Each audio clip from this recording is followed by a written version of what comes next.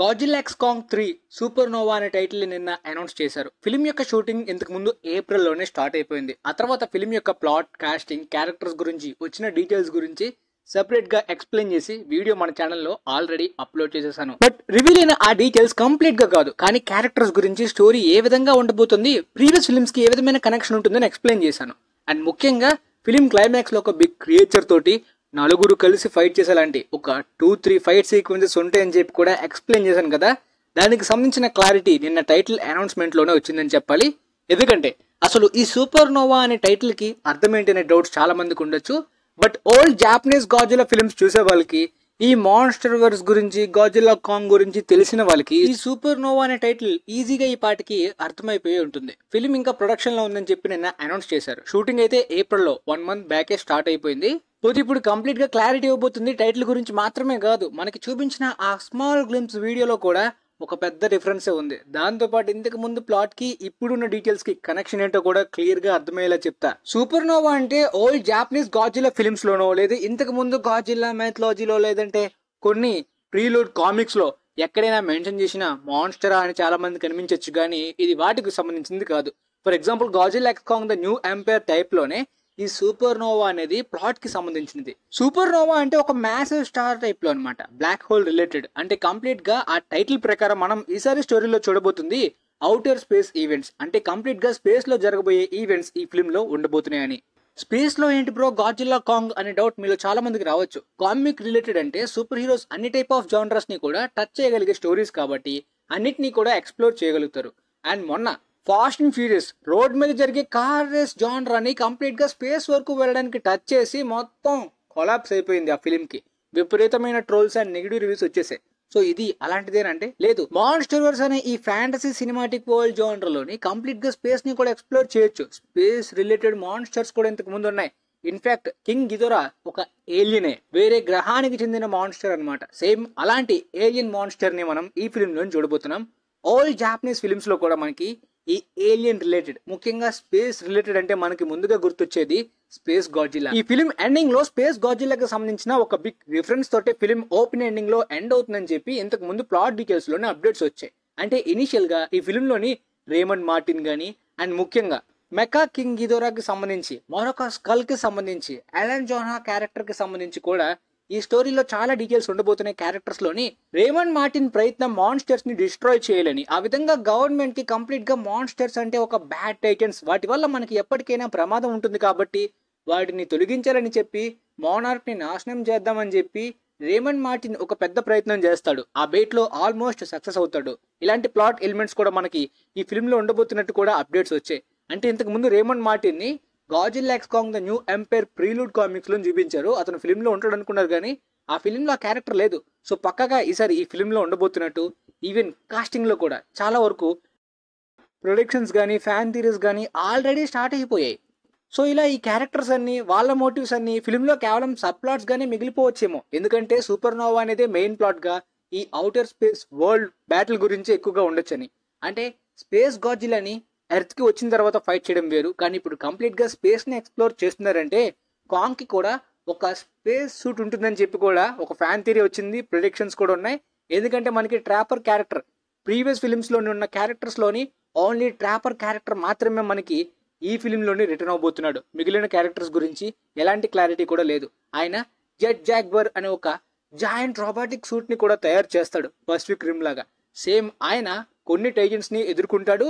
Titan Hunter ని, Raymond Martin create చేసిన Titan Hunter ని కూడా అతను ఎదుర్కొంటాడు అనమాట ఈ ఫిలిం లోని. కాబట్టి జెట్ జాగ్వర్ పక్కాగా ఉండొచ్చని ఆల్రెడీ ప్లాట్ అప్డేట్స్ లోనే రివీల్ అయ్యాయి. అందుకనే ఆయన ఈ ఫిలిం లో కాస్టింగ్ లో ఉన్నాడని చెప్పి.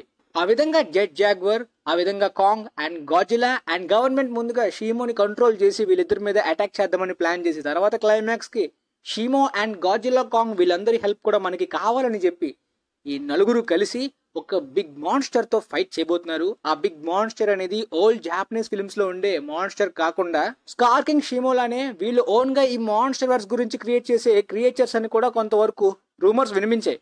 కానీ ప్రస్తుతానికైతే అయితే స్పేస్ గాడ్జిల్లా విలన్ అవ్వాలి, లేదంటే గైగాన్ కూడా ఒక ఏలియన్ క్రియేచరే.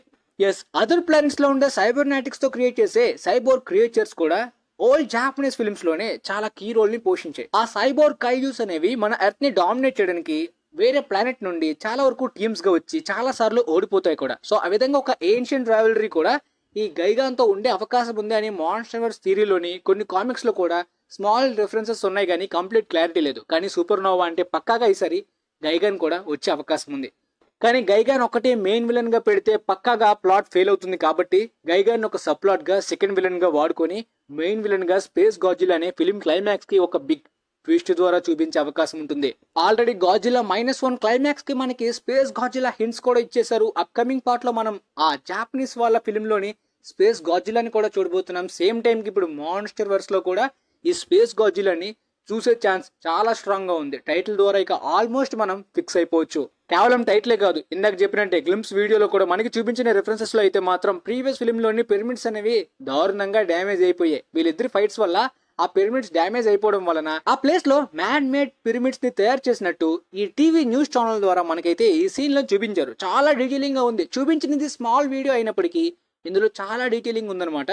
ఆ మ్యాన్ మేడ్ పిరమిడ్స్ యొక్క క్రిస్టల్స్ ని మీరు క్లియర్ గా అబ్జర్వ్ చేసినట్టయితే స్పేస్ గాడ్జిల్లా యొక్క క్రిస్టల్స్ కి చాలా బాగా సిమిలర్ గా ఉంటాయి. ఇన్ఫాక్ట్ చాలా మంది చెప్పేది Godzilla x Kong the new empire లోని హాల్ ఎర్త్ లో ఉండేలాంటి ఆ క్రిస్టల్స్ ని యూజ్ చేసుకుని ఈ మ్యాన్ మేడ్ పిరమిడ్స్ ని కూడా తయారు చేశారని చెప్తున్నారు. అలానే లాస్ట్ గా స్క్రీన్ మీద చూపించిన ఫోన్ నెంబర్ ఏంటంటే ఎక్కడైనా టైటన్ కనిపించినట్టయితే వెంటనే మోనార్క్ వాళ్ళకి కాల్ చేసి ఆ డీటెయిల్స్ ని టైటన్ గురించి క్లియర్ గా చెప్పండి అని చెప్పి.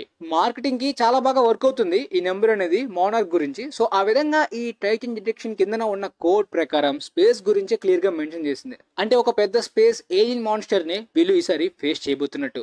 కాకపోతే స్పేస్ గాడ్జిల్లా ఆరిజిన్ గానీ క్రియేషన్ గానీ ఓల్డ్ జాపనీస్ ఫిల్మ్స్ లో చాలా డిఫరెంట్ గా ఉంటుంది. ఇన్ఫాక్ట్ గాడ్జిల్లా సెల్స్ ద్వారానే స్పేస్ గాడ్జిల్లా క్రియేట్ అవుతుంది. కానీ ఇప్పుడు మాన్స్టర్ వర్స్ లో ఆ విధంగా చూపించకపోవచ్చు. ఎందుకంటే ఓల్డ్ జాపనీస్ స్టోరీని గానీ ఆ క్యారెక్టర్స్ ని గానీ మాన్స్టర్ వర్స్ లో కంప్లీట్ గా డిఫరెంట్ గా అడాప్ట్ చేసుకున్నారు. వీళ్ళు ఒక గాడ్స్ గా, టైటన్స్ అనేవి చాలా ఏన్షియంట్ క్రియేచర్స్ గా నేచర్ ని ఎప్పటి నుండో బ్యాలెన్స్ చేస్తూ ప్రొటెక్ట్ చేస్తున్నాయి. హ్యూమన్స్ కన్నా ముందు నుండి ఇవి గాడ్స్ గా ఉన్నాయి. ఇక్కడని వాటి ఆరిజిన్స్ ని కంప్లీట్ గా చేంజ్ చేసేసారు కాబట్టి స్పేస్ గాడ్జిల్లా గానీ ఒకవేళ చూపిస్తే గమేరా గానీ డిస్ట్రాయర్ గానీ ఇలా చాలా టైటన్స్ యొక్క పవర్ఫుల్ విలన్స్ యొక్క ఆరిజిన్ కూడా కంప్లీట్ గా డిఫరెంట్ గానే ఉండబోతుంది. గాడ్జిల్లా గాలిలో ఎగిరేలా కూడా ఓల్డ్ జాపనీస్ ఫిల్మ్స్ లో ఉంటాయి. దాంతో పాటు కాంగ్ కి కంప్లీట్ గా థండర్ పవర్స్ వచ్చేలాంటివి కూడా ఉంటాయి. మరి ప్రెసెంట్ మాన్స్టర్ వర్స్ లో వాటిని ఏ విధంగా చూపిస్తారో తెలియదు కానీ ఈ స్పేస్ విషయంలోని వీటికి సంబంధించిన సపరేట్ కాస్ట్యూమ్స్ అయితే ఆ రోబోటిక్ టైప్ ఆఫ్ సూట్స్ అయితే మాత్రం ట్రాపర్ తయారు చేస్తాడు. జాక్ బర్నీ గాని తను తయారు చేసినట్టయితే కంప్లీట్ గా ఈ టైటన్ హంటర్ ని తను ఎదుర్కొంటాడు. అండ్ కాంగ్ కి కూడా ఒక పవర్ఫుల్ సూట్ ని తయారు చేస్తాడు. ప్రీవియస్ ఫిల్మ్ లో ఆల్మోస్ట్ ఒక గౌంట్లెట్ ని కూడా తయారు చేశారు కదా. అలానే ఇంకా మీకు స్టిల్ రేమండ్ మార్టిన్ ఎవరు, దాంతోపాటు అలన్ జోన్హా ఎవరు, దాంతోపాటు ఈ గవర్నమెంట్ మాన్స్టర్స్ కి మోనార్కి వీళ్ళందరికీ తిరగబడడం ఏంటి, దాంతోపాటు మెకా కింగ్ గిదోరా ఏంటి, ఈ ప్లాట్ డీటెయిల్స్ లో వచ్చిన అప్డేట్స్ గురించి అసలు దీనికి ప్రీవియస్ ఫిల్మ్స్ కి కనెక్షన్ ఏంటనే క్లారిటీ మీకు ఇంకా ఈ వీడియోలో అర్థం కానట్టయితే మాత్రం మొన్న చేసిన ప్లాట్ డీటెయిల్స్ వీడియోలో క్లియర్ గా మెన్షన్ చేశాను.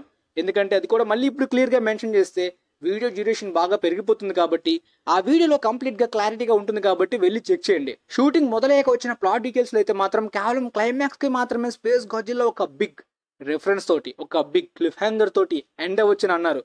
బట్ చూస్తుంటే ఇప్పుడు టైటిల్ ఈ ఫిల్మ్ స్టోరీ అంతా కూడా స్పేస్ గురించి ఎక్స్ప్లోర్ అయ్యి ఈ స్పేస్ గాడ్జిల్లా చాలా ఈ రోల్ ఈ ప్లాట్ లో ప్లే చేసేలా కనిపిస్తుంది అనమాట. పోతే డైరెక్టర్ యాడమ్ విన్గట్ చేంజ్ అయిపోయి గ్రాండ్ స్ప్యూటర్ గారు ఐఎమ్ మదర్ ఫిల్మ్ డైరెక్ట్ చేసిన డైరెక్టర్ ఈ ఫిల్మ్ ని ఎలా డైరెక్ట్ చేస్తారనేది 2027 మార్చ్ 27 థియేటర్స్ లో రిలీజ్ అవబోయే ఈ ఫిల్మ్ చూసి మనకి కంప్లీట్ క్లారిటీ వస్తుంది. మాన్స్టర్ వర్స్ ఇసరైనా బాగా స్ట్రాంగ్ గా ఎక్స్ప్లోర్ అయ్యి ఆ యూనివర్స్ పొటెన్షియల్ ని ఈ క్యారెక్టర్స్ ని కంప్లీట్ గా ప్లాట్స్ ని వాడుకుంటారా లేదనేది కూడా థియేటర్స్ లో చూడాలి. మొత్తానికి మీకైతే ఇప్పటిదాకా ఈ అనౌన్స్మెంట్ ద్వారా ఈ ప్రాజెక్ట్ గురించి ఒక క్లారిటీ అయితే వచ్చిందని అనుకుంటున్నాను. వీలైతే ఈ వీడియోని మీ ఫ్రెండ్స్ లో ఈ ఫిల్మ్స్ మీద యూనివర్స్ మీద ఇంట్రెస్ట్ ఉన్న వాళ్ళకి కూడా పక్కాగా షేర్ చేయండి. వాళ్ళకి కూడా యూజ్ అవ్వచ్చని అనుకుంటున్నాను. And thanks for watching guys.